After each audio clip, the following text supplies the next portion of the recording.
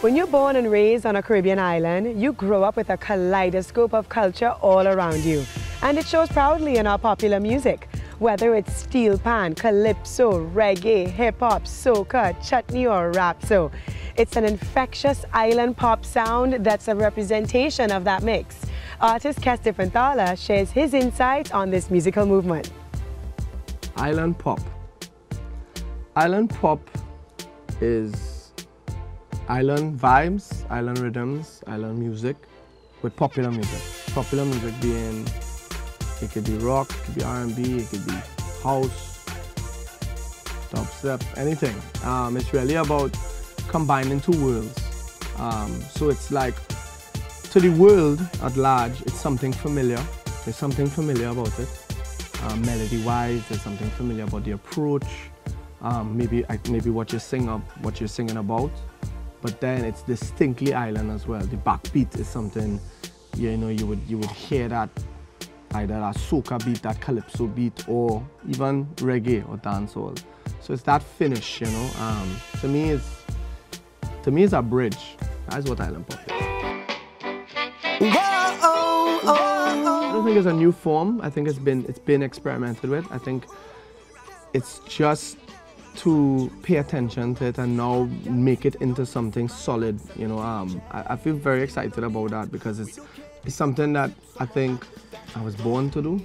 I think all my life we've been, you know, Kees Band has been experimenting, you know, our life careers like with rock and pop and R&B and then we love soca and we love reggae and we love dancehall, and how could we put all of this together? And our music always ended up blending together anyway, anyhow. So, you know, the mystery was, how do we get this into the party? How do we get into where people listen the most? You know, and for us it was Carnival. How do we get it into Carnival and where people just raving out it but whining at the same time, you know, pump your fist and whine at the same time. For us, you know, that was the challenge, and I think we took up the challenge, and we actually waited until the world kind of changed. The world's musical landscape was changing. Dance was becoming something very huge, you know, and we just said, this is the time, this is the window, let's take a chance, you know. Mad Men Productions, Johan and Ricky and all of us just kind of, we did a pop album, just strictly pop over the year, and we were like, yo, let's put it into Carnival, let's get it into Carnival. And it was I think the real track that really hit was the Electrolyte Rhythm. That was Where You From and AOA with Marshall. And it was a risk. I mean, we just said, let's just do it and see where it goes. And it ended up being a hit, you know. It was the unofficial road march of that year, and we felt great about it, you know. I think, you know, Carnival, like every other major festival around the world, you know, generates, it's just our expression. It's just the way we express ourselves 150%, you know. Carnival is just has grown so much. There's so many dimensions to Carnival now. There's so many ways to enjoy Carnival and experience Carnival and even work in Carnival.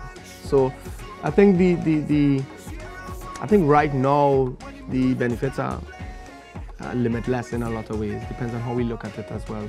You know, some people might see, all right, well, for success for an artist is you had to win Soca Monarch and you had to win Road March and you're #1. But, you know, I think with time and with the maturity of the festival itself, you realize there's so many other ways to do these things. There are ways for artists to get into events and really do proper themed events.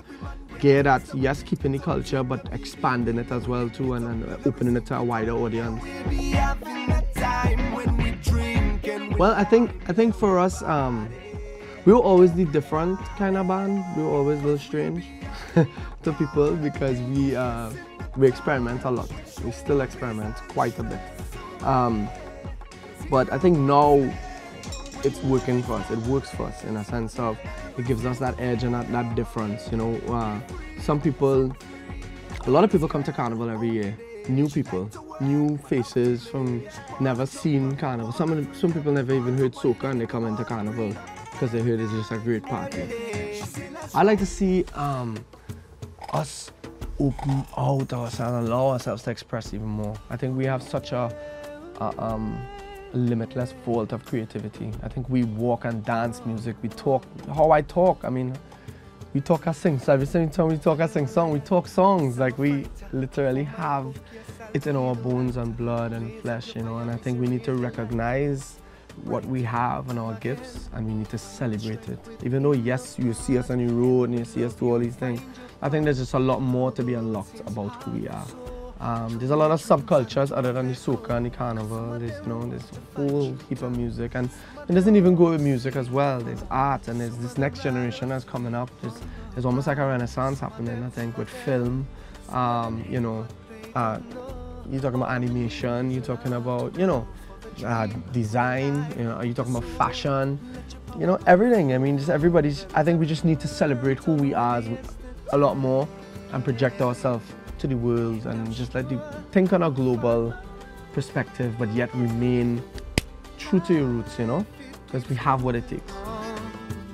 I think our next option as well too is the continent of Africa as well. There's a lot of things going on in Africa that's very similar to what's happening in the Caribbean with respect to the music, the sounds, and I think that if we merge all our ideas together, there's enough fan base to have our own sustainable industry.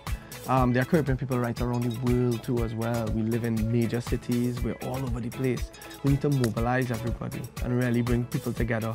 I mean, it's not, you know, we have this way how we say, you know, this island have this and this island have that, and where we pitch and fight each other in that way. But I think we need to find more ways to make sense together and come together. You know, we are a nation. The Caribbean is a nation. It's just separated by water. It's different states and different, but we are the same people. We could relate to the same things. We enjoy the same things. You know, I always remember what less. The word what less united the Caribbean, which is crazy. But the fact is, everybody is what less in one way or the other. And to see that was like an eye-opener for me. It was like, wow, like, you know, like all of y'all know this word. Like I know Granny used to say it, but you know it too? Yeah, my Granny used to say that, you know. You're talking to people from all across the Caribbean. So I think we have a lot more in common than we have different. And I think that I think governments really need to get online as well too, and think about the global awareness and where the Caribbean lies in that, you know. So we need to find more joint efforts, I think, together, creatively. I'm Jeanille Bonterre. Thanks for joining me in Trinidad for another exclusive episode. If you want to find out more about Trinidad and Tobago Carnival, our music and our culture, visit the show online at islandexclusive.com. This episode of Island Exclusive has been brought to you by Studio Express and Tribe Carnival. This one going and fog up the place.